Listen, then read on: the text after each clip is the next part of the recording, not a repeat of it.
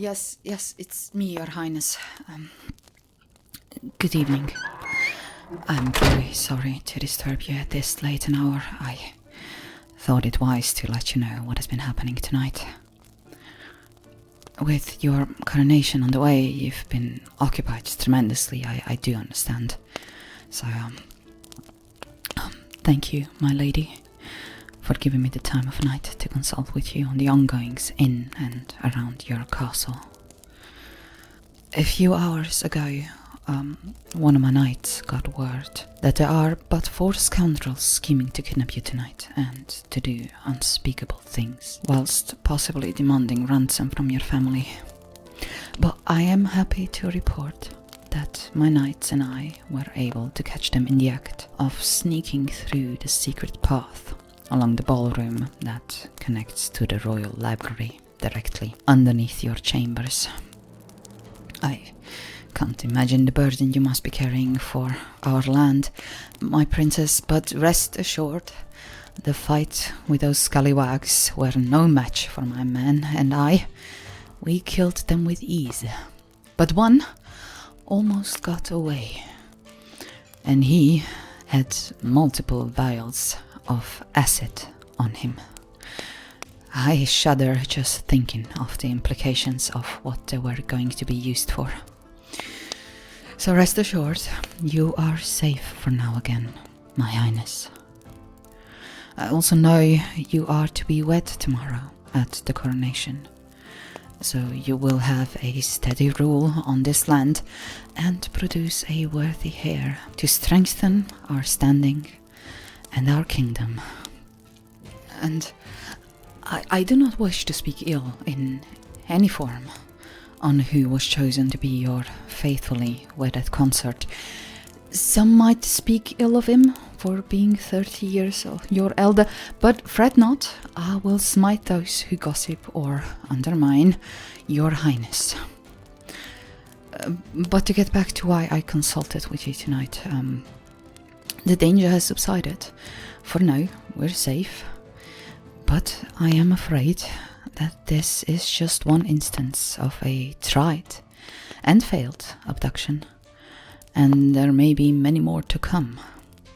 All this to say that I will be honored if you choose me to stay in your delegation and keep me as your personal knight.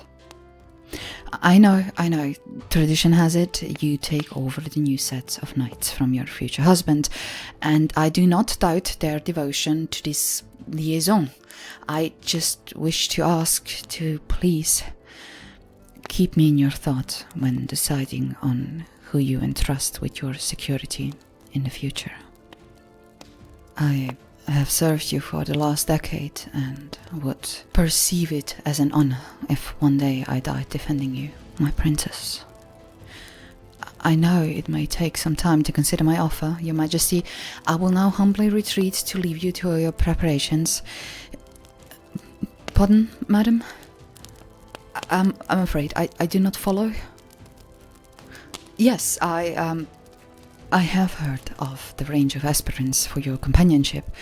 I do know of the amount of wealthy magnates and powerful heirs to other kingdoms who offer to take your hand in marriage.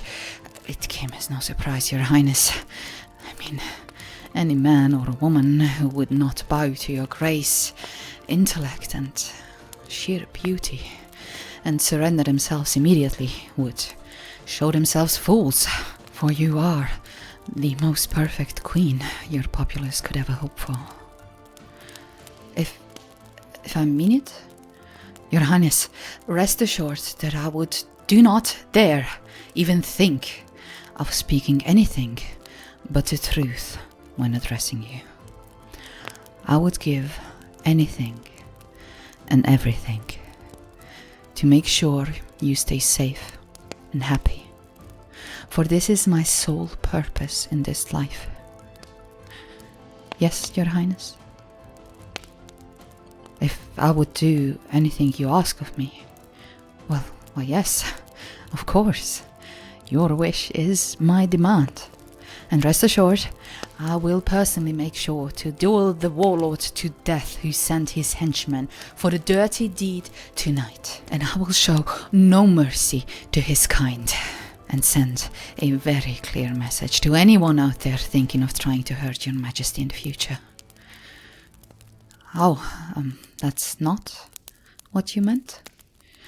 Oh, I'm terribly sorry. Please try me again.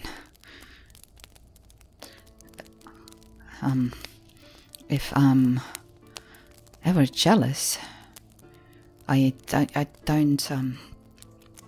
don't suppose so, no. I mean, there's no room for pesky emotions when dealing with scoundrels and varmints day in and day out.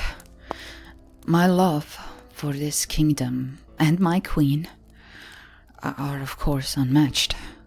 I will always stand by you and the royal family in silent devotion, ready to give my life to protect yours. Yes? Well, yes, I did notice the men and women your highness associates with.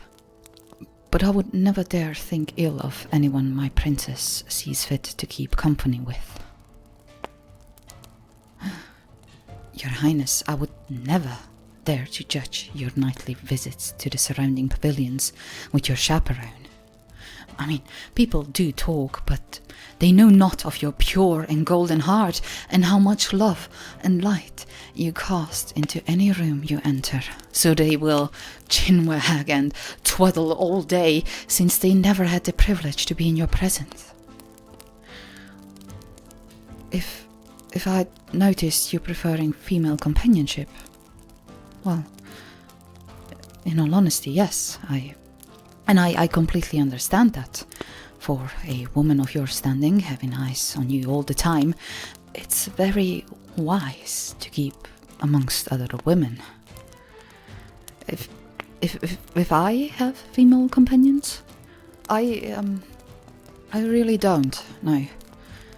My life is devoted to you and your family. I do feel very honored that you picked me to be your first knight, seeing as I was the very first female knight that ever was in court. You would like me to be more assertive, more dominant? I'm afraid I don't follow, my lady. You want to see how I subject others to me, how I make any man my subordinate? But you're my highness. I would never dare to address you in any other but the appropriate royal terms. If you order me to order you, I must admit I don't know. But maybe. Well, what would your highness want me to address you as? Not call you my highness? Just May? Alright, May. What do you wish me to do? Alright. I do not wish to upset you, please. Just give me a moment to collect myself. I'm sure I can fulfill your deepest desires. Just give me a moment, please.